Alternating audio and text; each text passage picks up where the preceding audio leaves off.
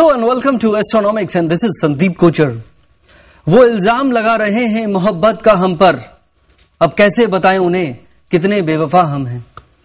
बिल्कुल देखिए, जिंदगी बेवफा होती चली जा रही है, हम खुद से बेवफाई कर रहे हैं because we are not doing justice to our own track. क्योंकि हर इंसान को तलाश है उस मंजिल की, लेकिन वो जो रास्ता है वो थोड़ा सा डिफिकल्ट है। तो उस डिफिकल्ट रास्ते को आसान बनाने के लोगों के पास अलग अलग तरीके हैं, अलग अलग प्लानिंग है, तो जिसमें से कुछ राइट है और कुछ रॉन्ग है। तो वो आपको बस मन में रखनी है। बिकॉज शनि से अगर आपने नाम सुना होगा, शनि का नाम तो सुना ही होगा ये वो प्लैनेट है जो ब्रांड एम्बेसडर है एस्ट्रोलॉजी का, और वो इसलिए ब्रांड एम्बेसडर बना क्योंकि ये सबकी बैंड बजा देता है।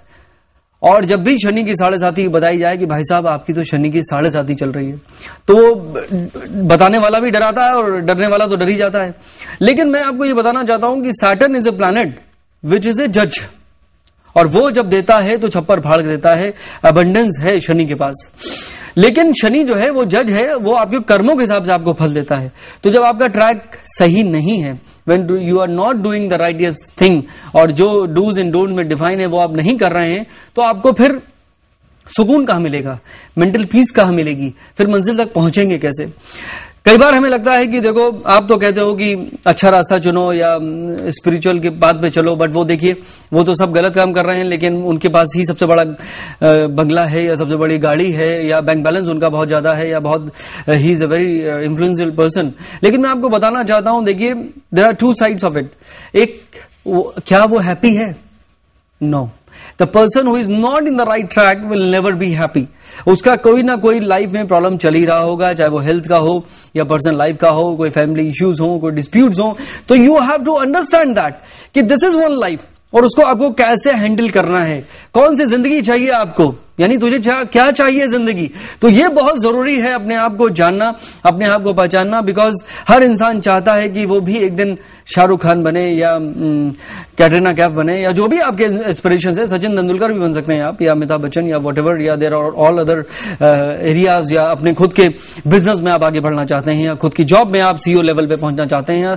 कितने ज्यादा एस्पिरेशंस है हमारे पास, जितनी सोच हमारी जा सकती है, बिकॉज इस सोच का तो कोई मोल ही नहीं है। You know, they are, we can explore anything if you want, but हर इंसान का एक वो पोटेंशियल है, हर इंसान का एक खुद का एक दायरा है, वो बहुत जरूरी है जानना। Because if the time is right then you will get success, if time is not right then you have to work hard and pray harder.